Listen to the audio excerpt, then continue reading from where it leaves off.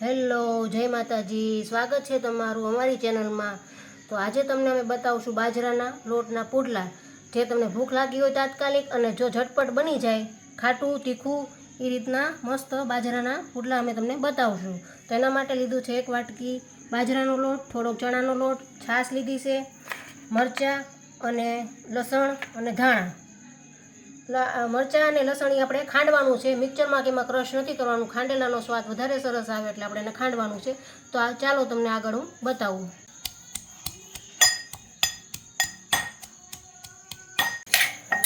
તો ચાલો હવે આપણે જે આ ખાંડી લીધું છે, લીલું મરચું, લાલ મરચું, લીલું હોય તો લીલું નાખી શકો, લાલ હોય તો લાલ નાખી શકો, એ ખાંડી લીધું છે એ અમે મિશ્રણમાં નાખી દઈશું। બાજરાનો લોટ લઈ લઈશું, આટલો ચાળીને લઈ લીધો છે, ચાળી લેવાનો। પછી એમાં નાખશું આપણે ચણાનો લોટ, પછી એમાં નાખી દઈશું આપણે ધાણા ઝાઝા નાખશું, આ મીઠું નાખી દઈશું। પછી આ આપણા રોજિંદા મસાલા છે જે રોજ આપણે વાપરતા એ હળદર નાખી દઈશું, લાલ મરચું નાખી દઈશું, જીરું નાખી દઈશું,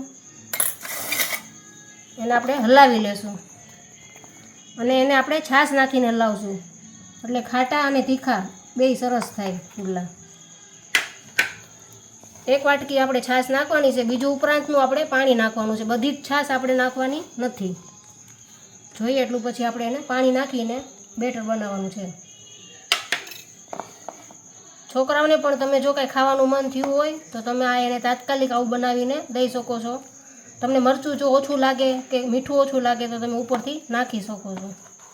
જો આ આપણું બેટર થઈ ગયું છે તૈયાર, આ રીતનું એટલું જાડું એમને રાખવાનું છે, પુડલો આપણે બનાવી શકીએ એ રીતનું એટલું જાડું રાખવાનું છે આપણે બેટર। તો હવે તમને હું આગળ બતાવું કેવી રીતે પાડવાના। આ લોઢીમાં મેં તેલ લગાડી લીધું છે, હવે એમાં આપણે પુડલો પાડશું। નાના મોટા જેવી રીતે તમને ફાવે એ રીતનો પુડલો તમારે બનાવવાનો છે। પછી ચમચેથી કે ચમચીથી તમારે એને પાથરી દેવાનો છે, ચમચો મોટો પડે તો આપણે ચમચી જ લઈ લેવાની અને આવી રીતે એને ગોળ કરી નાખવાનો છે। હંમેશા બાજરાના પુડલા થોડા નાના નાના જ હોય છે, પણ એ છતાં જો તમારે મોટો કરવો હોય તો મોટો પણ થાય। છોકરા જો બાજરાનો લોટ ન ખાતા હોય રોટલાની, તો એને આવું કરીને ખવડાવશો ને તો એ ખાશે જ તે। તો આ આપણો રેડી થાય છે, અને પછી આવી રીતે ધીરે ધીરે આપણે ઉથલાવી લેવાનો છે, આવી રીતે। જો સરસ કલર પણ સરસ આવી ગયો છે, પછી આવી રીતે આપણે તેલ નાખી દેવાનું છે। તેલ તે બહુ લિમિટેડ જ નાખવાનું, બહુ આમ તેલથી લથપથ નહીં કરવાના આપણે। તેલ ઓછું ખવાય એટલું સારું, જેટલું ઓછું ખવાય એટલું સેજ તેલ નાખવાનું, તોય પણ એ ઉઠલે જ તે બાજરાના પુડલા। તમે નોનસ્ટિકમાં પણ બનાવી શકો છો, તમને એવું થતું હોય કે લોઢીમાં નથી ઉચકતા તો તમે નોનસ્ટિકમાં પણ બનાવી શકો છો, સરસ ઉથલી જ જાય। બહુ ઝાઝા તેલની પણ આમાં જરૂર નથી પડતી। તો ચાલો આપણા થઈ ગયા છે બાજરા અને ચણા લોટના પુડલા તૈયાર। તમે જોઈ શકો છો કેવા નાના અને જો એકદમ પતલા બનાવ્યા છે, આપણે રોટલાની જેમ એને જાડા નથી બનાવવાના। અને આને તમે છાશ સાથે, દહીં સાથે, કોઈ પણ ચટણી સાથે ખાઈ શકો છો।